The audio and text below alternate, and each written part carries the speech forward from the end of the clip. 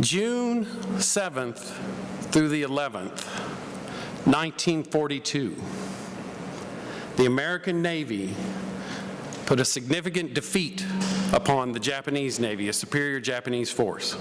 Walter Lord wrote a book about this in the 70s called Incredible Victory. The story you're about to hear is almost that good.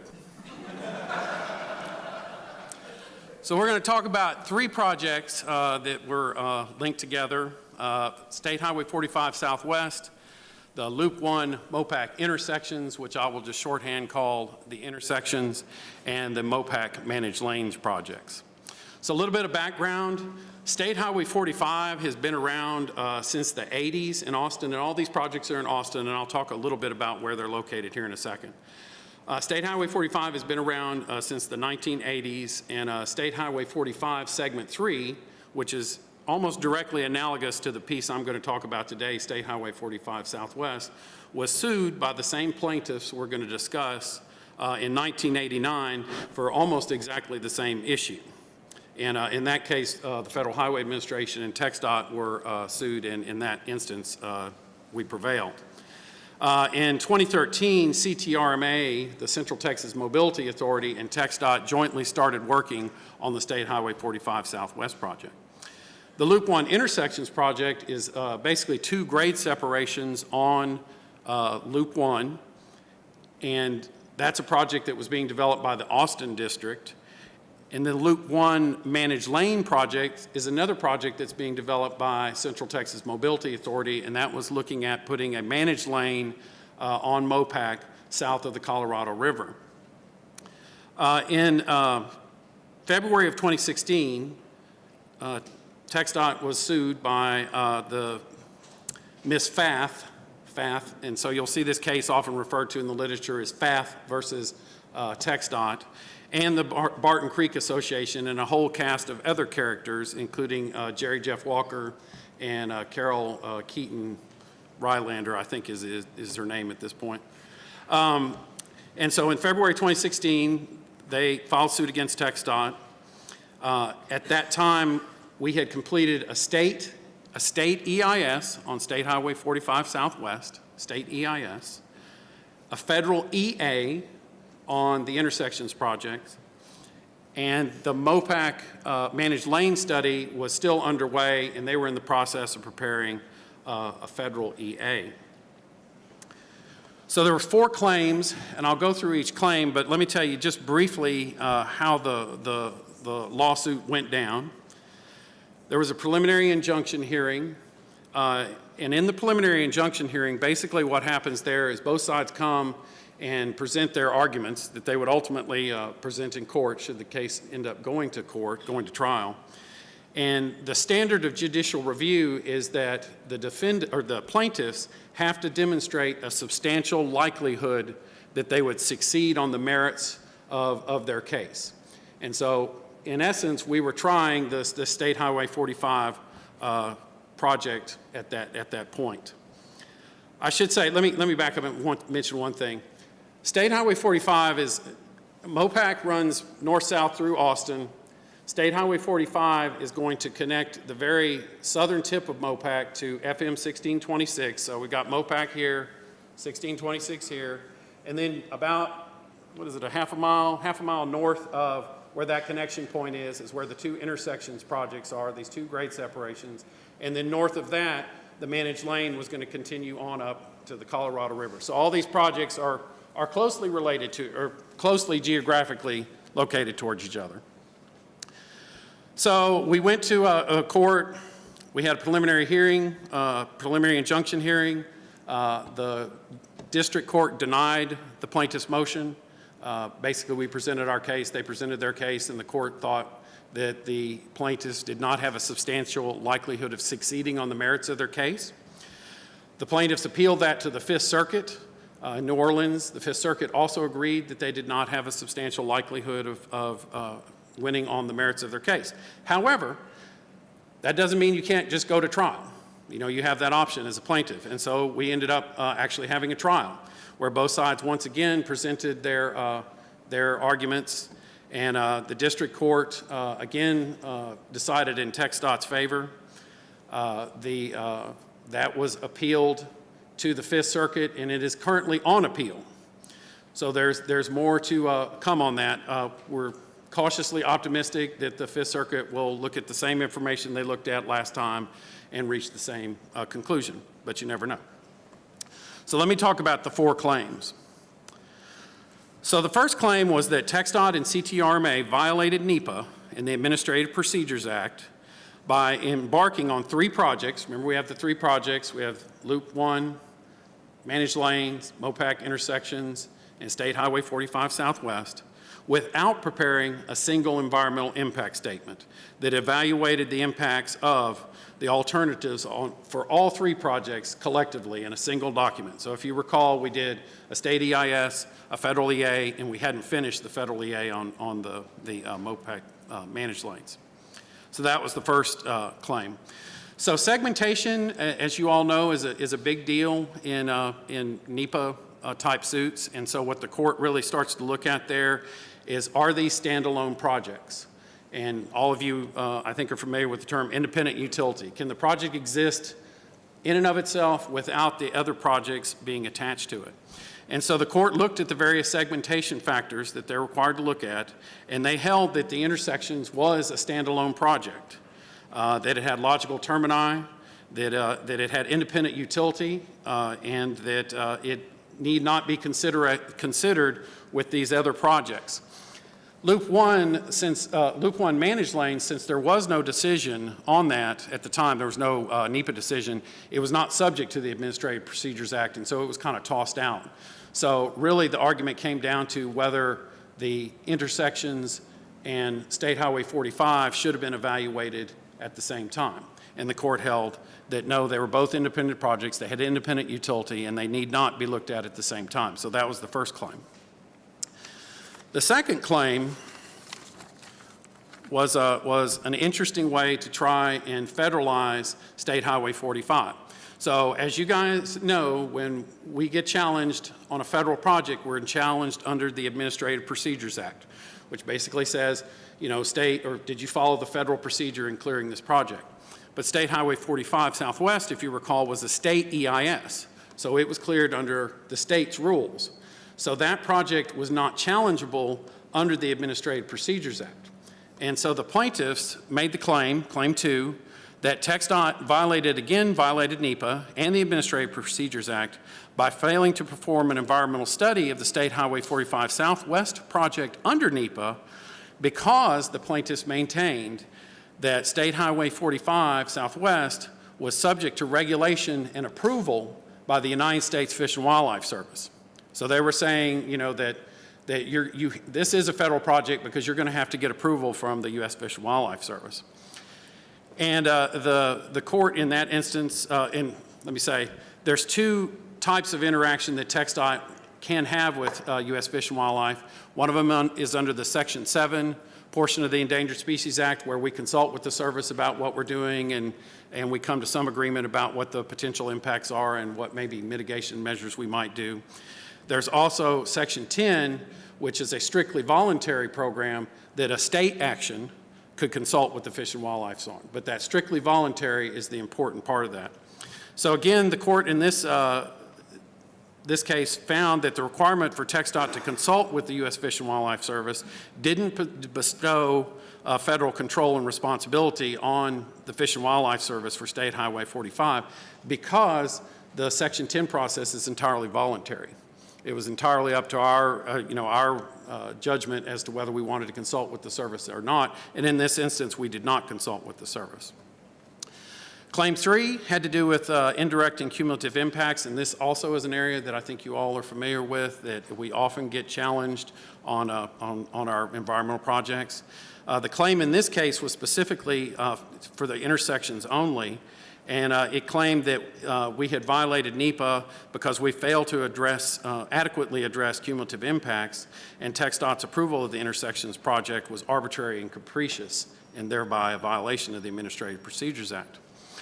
And so in this instance, it was very important that we had a good administrative record, and I'll talk about that at the end.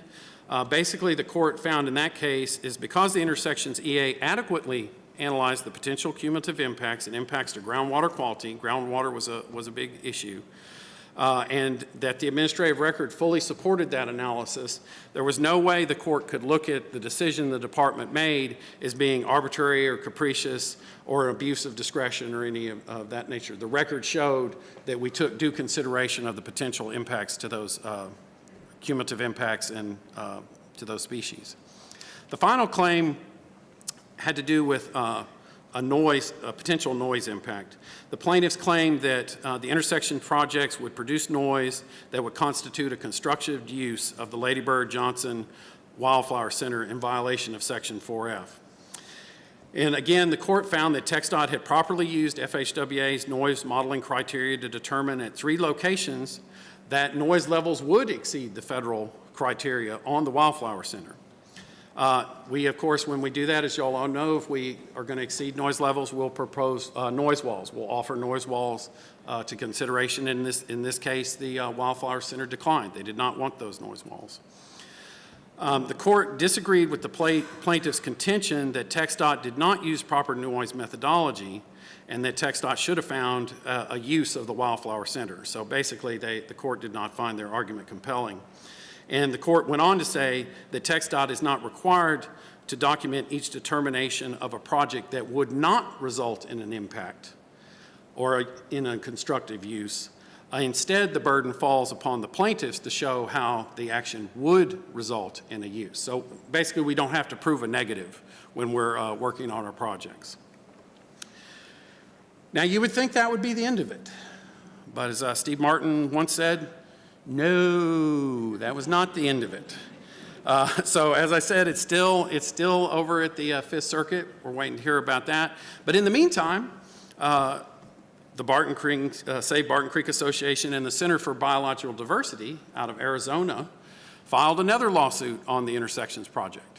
And this time the suit claimed that the department was required to consult with the Fish and Wildlife Service, and we did not do so. And so what do you think we did? We consulted with the Fish and Wildlife Service. So we decided, well, we would consult with the Fish and Wildlife Service. That was what everybody was upset about. We would consult with them, and we did consult with the Fish and Wildlife Service, and that consultation resulted in an 11-page letter from the service basically saying that they concurred with our reasoning that any impacts to groundwater quality and potentially the Barton Springs salamander were negligible and discountable, and the project need not consult any further. So again, you would think that would be the end of it, but it was not.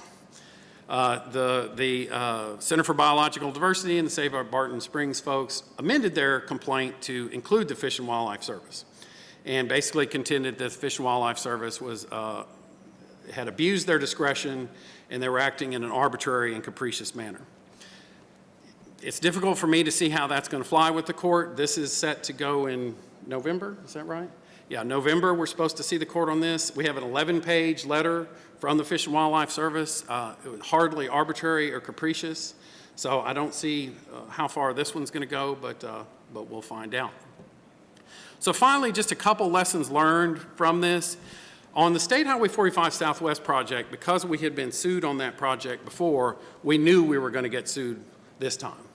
And so we went to great pains to make sure our administrative record was well kept, that a lot of the information was contained in technical documents, and we made a valiant effort not to communicate too much by email. Now, with that said, we still had 50 boxes of emails that our diligent outside counsel and inside counsel in the Attorney General's office had to go through and ferret out and decide. I think there was about 13 out of those 50 boxes of emails that we ultimately ended up including in the administrative record. But we made a good effort. It could have been 100 boxes. So the other thing that I'll note is we did not expect to be sued on the intersections. Just for dumb luck, the intersections almost was a CE. It was almost a CE. Had the Austin District been maintaining the right-of-way out there, it might have been a CE. We still may have consulted with the service, but it could have been a categorical exclusion. But to the credit of the consultants that worked on that and the Austin District staff, that administrative record was in good shape.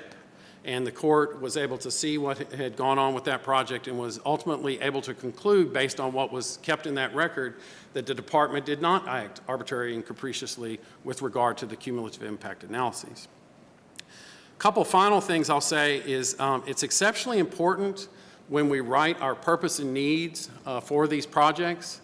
When you're in court and you see the purpose and need up on the screen with sections of it highlighted, and the court is pointing to these things that we've written, it really hammers that point home that it is very important that we think carefully about it. That's a very simple statement in most documents, but it can have dramatic implications later on down the line. The second thing had to do with explaining the logical termini.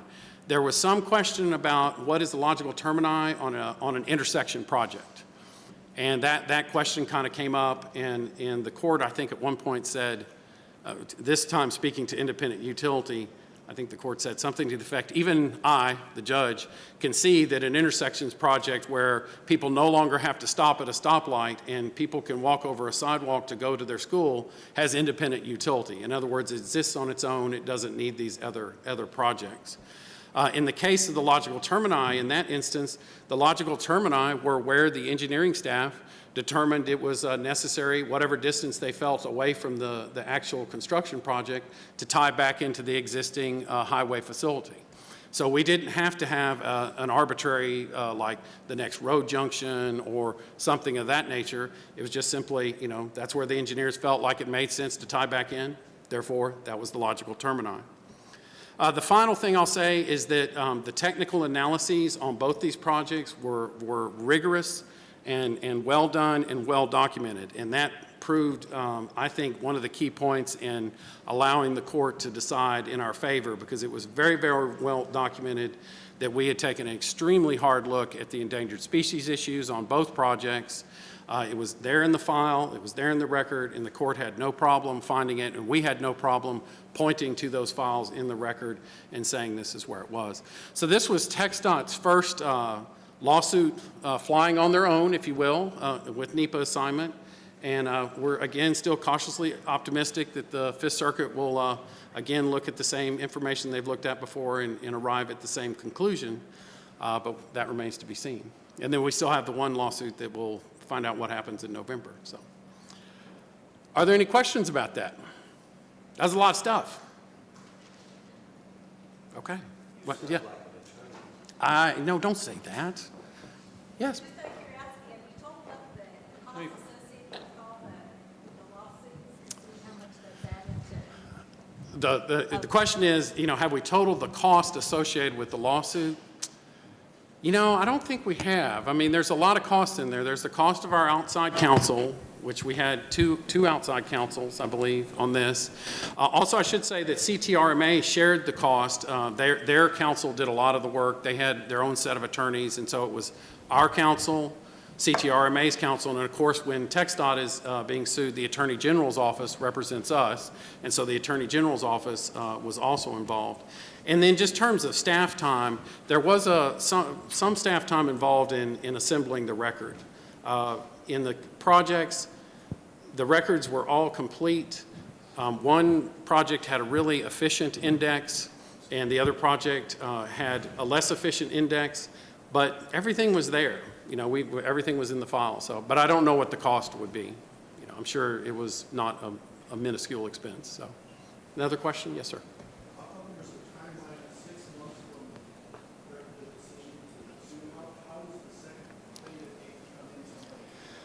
Okay, since 45 was a state project, it wasn't subject to 139L, which is the limitation on claims in the, is it FAST Act? FAST Act? FAST Act, yeah, the limitation on claims. In the case of the intersections, I believe we cleared it, and almost immediately they filed the suit. Is that correct? Yeah. So even had we filed the 139L, and I don't know if we had, they got in, well before the limitation was run out. So I think they knew that. There was a restart on 39 for the service council. There was a restart of the 139. That's right. Yeah, for the second lawsuit. So, because we had a consultation with the service and we felt like that opened the NEPA process again, so we did a new 139L. Yes, sir? Doug, any follow-up on draft documents in the administrative record? Okay, what Rob is referring to there is one of the strange statements from the court had to do with, there was some debate about whether draft documents could be included in the record. And the state and federal highways contention has always been that draft documents are not appropriate in the record. It is unclear what the court meant when they said draft documents can be in the record. Because you can look at it two ways. It's routine for us to have a draft environmental impact statement or a draft EA. Well, those are in the record because those are decision documents that we're going out to the public with, and they're called draft documents. But they're not draft in the sense of that they're a work in progress, that we're working on and something's going on. So at this point, we don't know, to tell you the truth.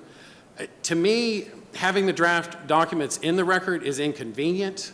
But ultimately, when it comes down to the environmental decision, and Carlos, in this case, is signing the document, if the court says, Carlos, what documents did you rely upon to make your decision?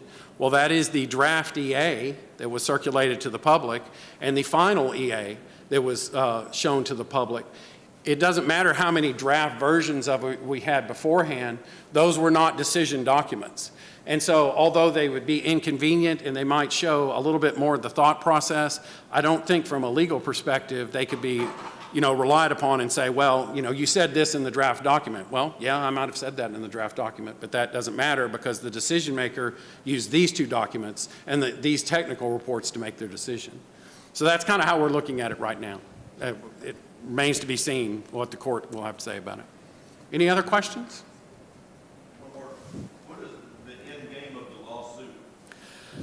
Two of the three projects are under construction currently, correct? That is correct. So if the lawsuit were to, if they were to win, what would be the end result? Man, if I knew the answer to that, I would, not be standing up here. I'd be, like in Vegas gambling right now. Nobody knows. We think when they started, the idea was to stop State Highway 45 Southwest. Right now, State Highway 45 Southwest is probably nearing 50% completion. You think, Carlos? Probably about 50% completion. The intersections project has let, and they're starting to do utility relocations at this point. But the plaintiffs have a long history of just opposing anything that is south of the river in Travis County. And so their motivations are their own. At this point, both projects are proceeding forward, and until we hear something different from the court, that is how we'll act. And if we do hear something different from the court, well, we'll change what we're doing. So, any other questions? Can't see everybody up there, so. Okay, thank you.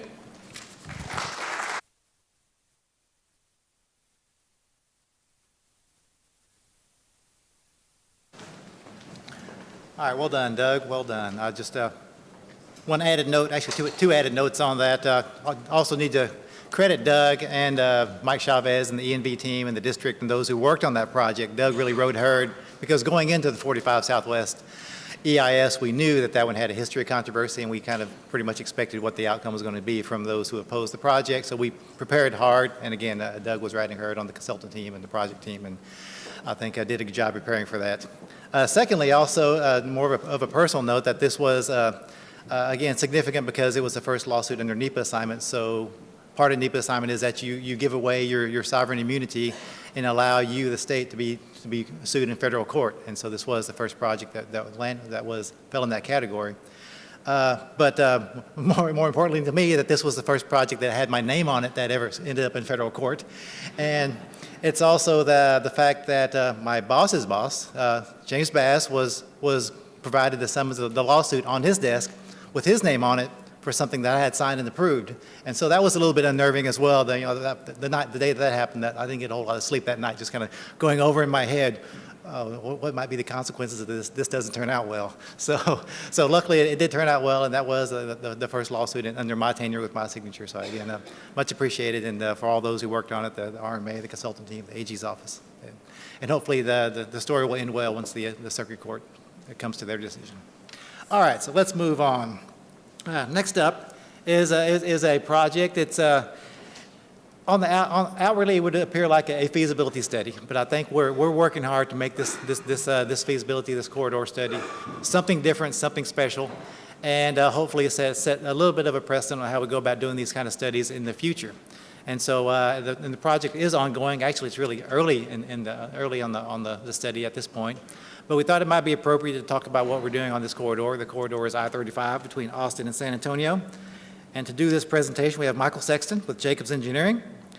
Michael grew up on a citrus ranch in Southern California. After surviving 4 years in engineering at Duke University, he became a transportation planner. Over the past 4 decades, he has participated in numerous transportation projects across the USA, as well as Hong Kong, Taipei, and the Kingdom of Thailand. During the course of his career, he has performed planning for more than 27,000 miles of transportation corridors, including highways, transit systems, and freight lines. Recently, he was responsible for the redesignation of more than 100 miles of Texas highways for the use of I-69 along the east side of Texas. Please welcome Michael Sexton.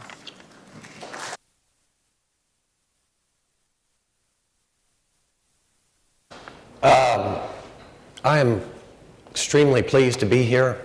My son graduated from A&M 2 years ago. Like his dad, he graduated with a magna cum laude. The difference between the two of us, he earned his and I sat next to one. So I'm here to talk to you about the connection study. And if you will, just a brief word of warning. We've had this whole presentation reviewed by everyone, and some of the things that we were going to say, we're not going to say, because as Carlos mentioned, we're early in the study. In fact, we're talking about 5 dimensions. As planners and engineers, we're fully aware of several of those dimensions. Obviously, capacity and demand. It's very important. We understand that. We also understand that funding is the only way that we're going to make improvements, and that has a huge effect on time. Now, some of the things that progressive engineers and planners are incorporating into the studies now is stakeholder involvement. And we are a partnership. I'm with a consultant that is working for TxDOT. TxDOT is working with the Alamo Area MPO and the Capital Area MPO, or CAMPO, if you're familiar with that. And we are going to be going to them, to their full policy boards in the next month to review our preliminary findings. And as a result, some of the things that normally would be said during the course of events like this are going to be held back until we've reviewed them with those policy boards. And then we'll go out from there to various stakeholders throughout the 100 and some odd mile corridor. Now, there's another dimension that in the last 5 years has truly emerged in the transportation arena, and that is technology. If you have read the news, obviously Uber and Lyft have had a dramatic impact. There are these micro transit systems that are emerging. There's, on the other end of the spectrum, Mr. Elon Musk, who's doing things that I would never even have dreamed of. And so all of those are part of this process because we're looking to the year 2040 and beyond. So we have, previous studies in this corridor have focused on a single technology, a single corridor. We are moving from that 3,000-foot view to a 30,000-foot view, and instead of incorporating one corridor, we're incorporating 12 counties. All of the counties that make up the 2 MPOs, plus a couple of other counties who happen to carry key parts of various corridors. If any of you have ever driven between San Antonio and Austin, I'm sorry. You probably drove on I-35. And the alternatives for regional travel are you can take the toll road, SH-130, that Doug briefly mentioned, or you can take US 281.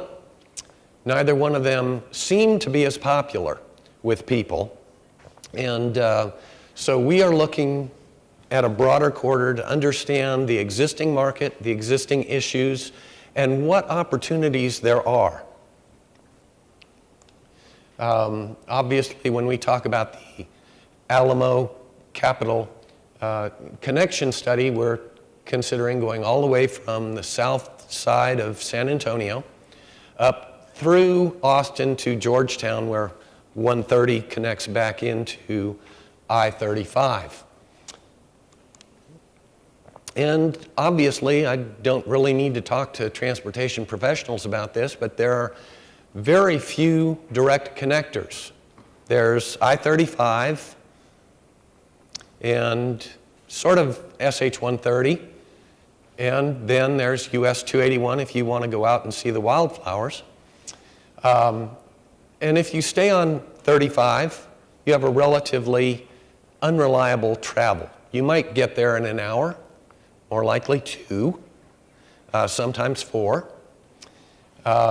There's obviously, in the midst of this transportation deficiency, there's a lot of accelerated growth going on along I-35, which of course then makes the transportation problems more pronounced.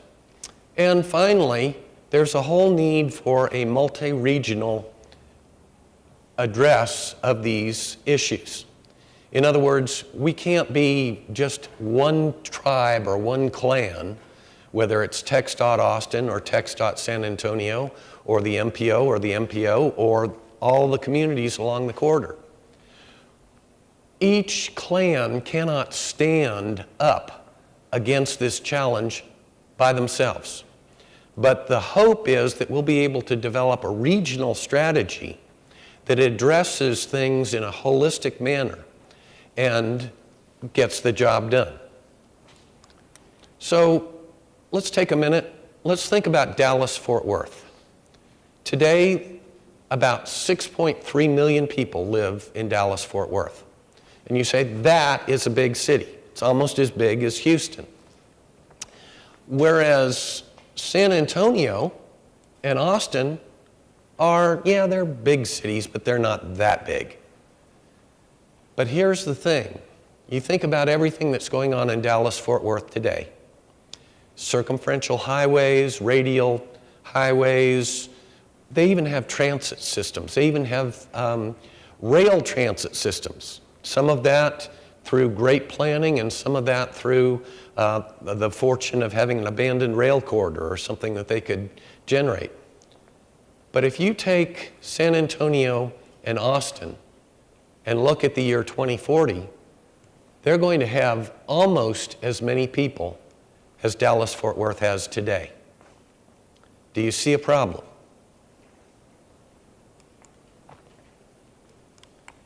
Well, today, like we said, there are two fairly large metropolitan areas that are separated by about 80 miles. But watch what happens during the course of growth. And all of a sudden, you're looking at the next Dallas-Fort Worth. All of a sudden, you have a great deal more development. And it's interesting, as I mentioned, most of that development is focused on I-35. Even though it's not much fun to drive on I-35, that's where everybody is building. There are some advantages to that, of course. If you look at what Clark University has done with the national database that they've developed, we're going to increase developed land by 41% in the study area. But we're only going to take away about 9% of undeveloped lands and only about 6% of croplands. So what you can see is if you can focus in on an existing corridor, you can minimize your negative impacts.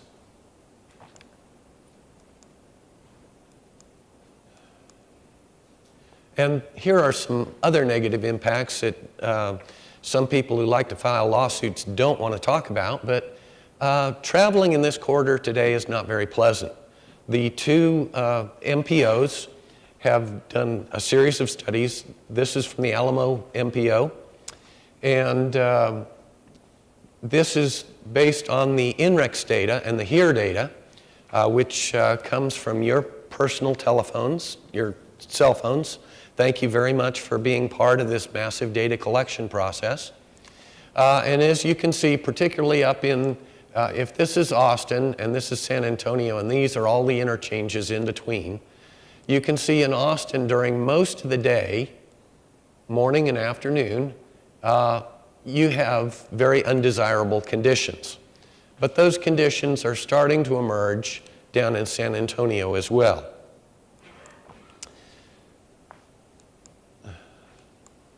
Now, Campo and AMPO have both done studies to determine what the congestion levels are, and this is congestion density.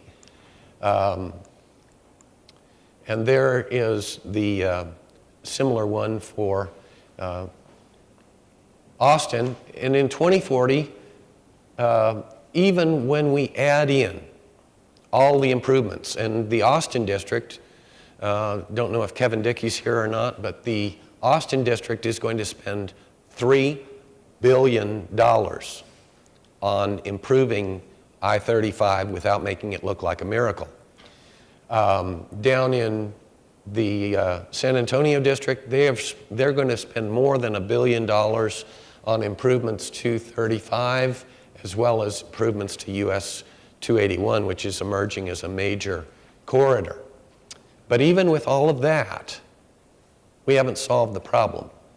We're actually a little bit worse than we are today in 2040 with $4+ billion spent, which is why this partnership is so critical, why it is so important that we stand up together to face the foe of congestion. So all of these groups are going to be working together. The hope is that we will develop not only solutions that can be implemented, but we'll find ways that we can actually make them happen from policy, technology, and funding perspectives. And that's where we are in the study. Carlos will be chairing a meeting next month, and we're looking forward to it. Roger Bell has also been active. I saw him earlier. I don't know if he's still here. But we're enjoying this study. It's an opportunity to do something new, and thank you very much. Questions?